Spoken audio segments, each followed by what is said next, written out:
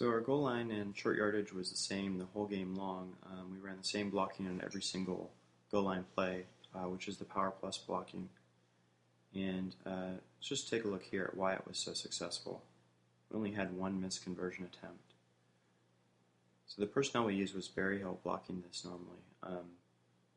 And we know we can trust him to get his assignment.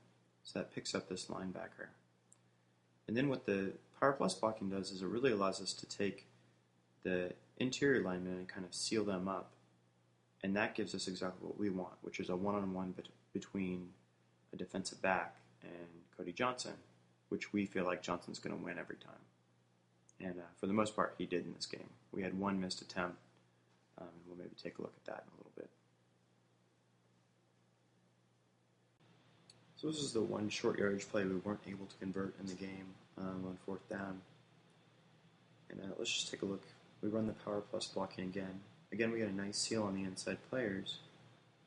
Jones is working up to get a block on the safety.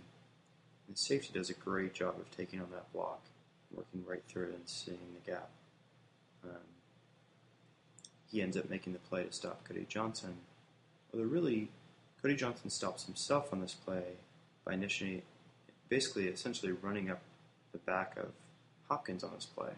If he doesn't make contact with Hopkins, if he instead just keeps all his forward momentum, there's no way that safety stops him short of the first down. But since he's kind of slowed here, then the safety's able to stop him. So really, even with not perfect blocking, this should have been converted. So that says a lot about kind of the new character of this team, particularly on the offensive line. We ran the same play on all of our short yardage our short yardage attempts, and converted nearly all of them against a really physical defense. I don't think we've had this type of short yardage execution since Tim Brewster was on campus. So it's a really great change to see early in the season. And that'll be a valuable tool for us in tight games to be able to convert those short yardage situations and know that we can do it. So one final look at our short yardage again in this game. Again, we're running power plus blocking here. And we're sealing these defenders inside. Barry Hill makes a great block here.